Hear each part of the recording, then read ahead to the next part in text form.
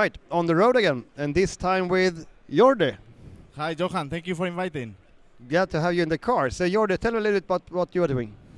So I'm here as head of technology of 5G Mac. We have 2 demos at IBC. One world first, 5G media streaming, a 3GPP system for streaming, getting insight into network performance, content hosting, provisioning, etc., etc. And another demo on 5G broadcast, which is another system from 3GPP to do broadcasting to, let's say, mainstream devices like smartphones, connected cars, TVs, anything that has a 3GPP chipset.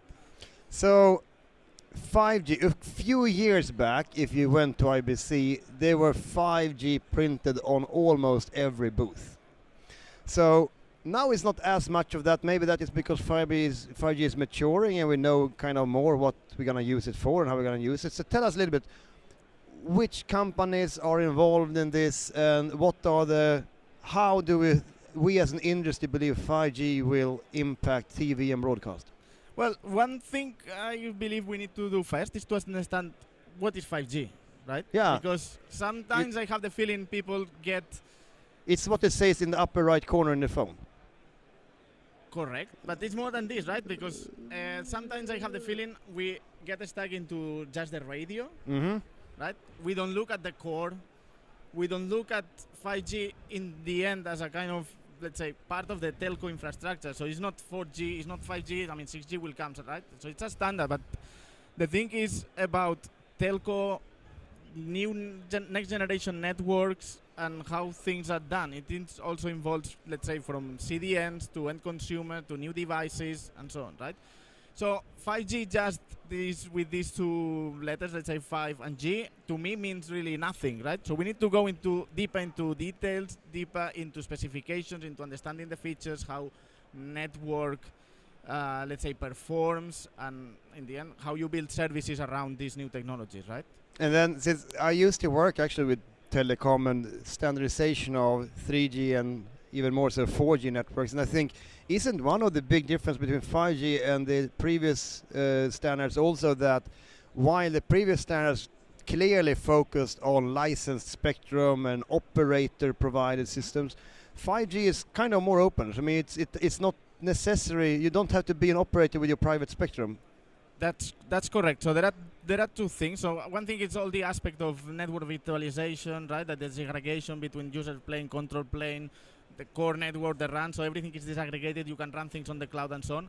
And also you can run your private networks, non-public networks, for instance, where, well, in some countries you can obtain a license for 100 megahertz in the 3.7, 3.8 band, for instance. And you can build your own network. In the end, a core network built in the cloud, let's say all softwareized.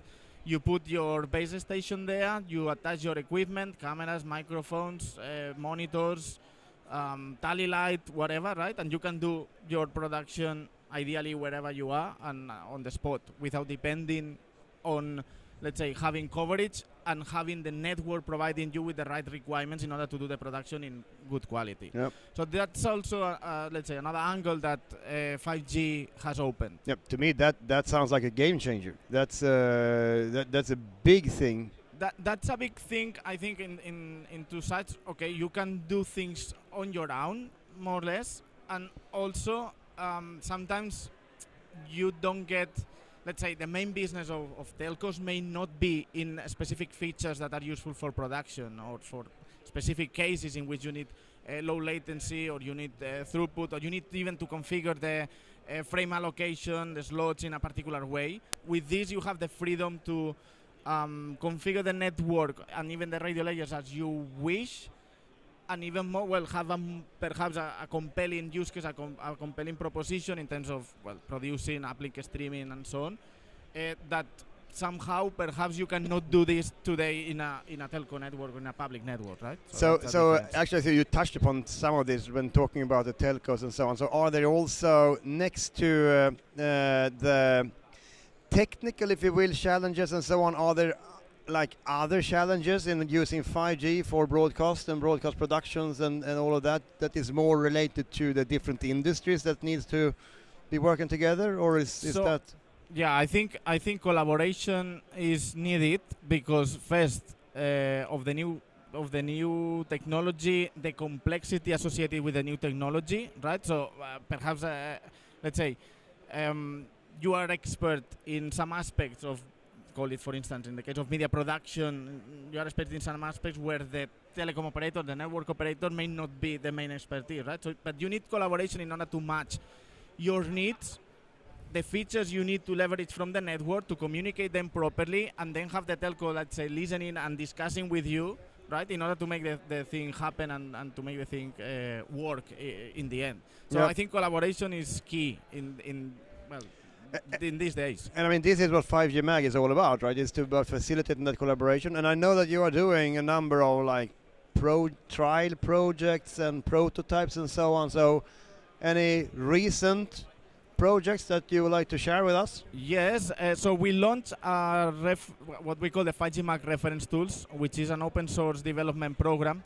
We thought two things. First, it would be good to put this technology in the hands of developers, app developers, network operators, service providers, the media industry in general, to understand what the technology can do beyond just a bit pipe, as everybody uses, let's say 5G, and that's what I mentioned at the very beginning.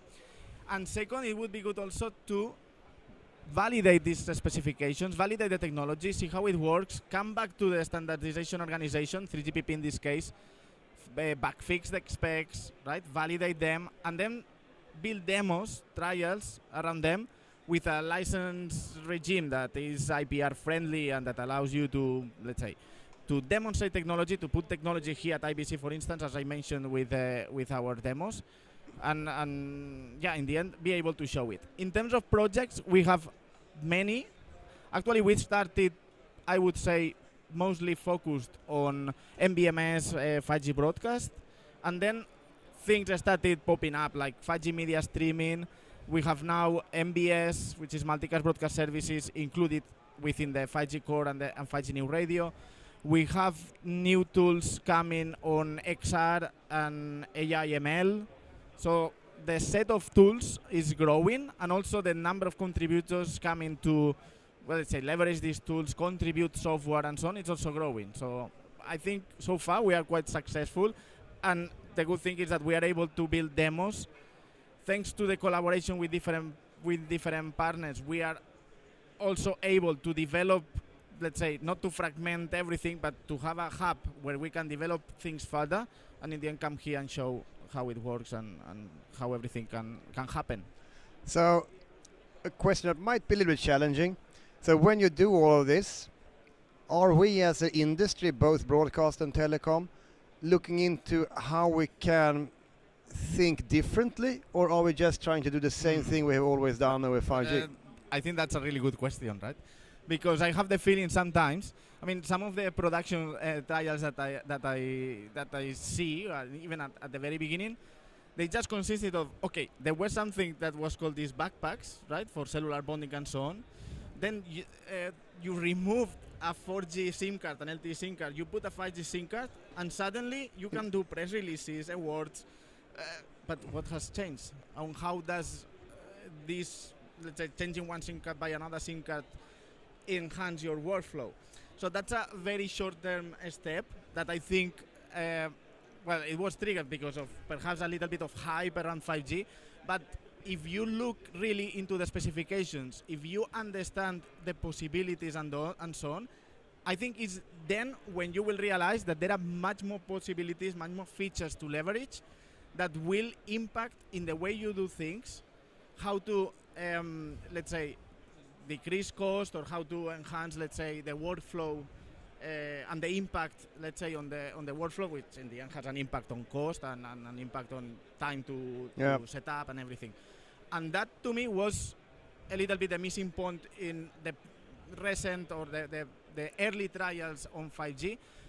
And, well, we are doing also some work in 5G Mac in order to go beyond this, right? So it's all more about media over IP, and of course that includes protocols and streaming protocols that were not, let's say, MPEG-TS and not the traditional ones, right? But if we start looking at these new protocols, codecs, features, and so on, I think we will discover that we can improve a lot the way of doing things. I think so. Right. I think the solution we are creating this very movie in is maybe an example of a little bit of that anyhow, because then we have used, we show the benefit of using shared infrastructure instead of having dedicated infrastructure, and we also show the benefit that high broadband networks brings for remote workflows and all of that. And already this have proven to have huge impacts on sustainability, on cost of course as well, but in this measured sustainability reduces carbon dioxide emissions with some 70 to 90%. So I think 5G and much of what it brings have a lot of potential to revolutionize not only how we produce traditional TV, but also the concept of TV productions and so on, so we do it in a smarter way. So, Jordi, if I would summarize what 5G, because 5G is such a huge subject, would this be a fair summary, you think?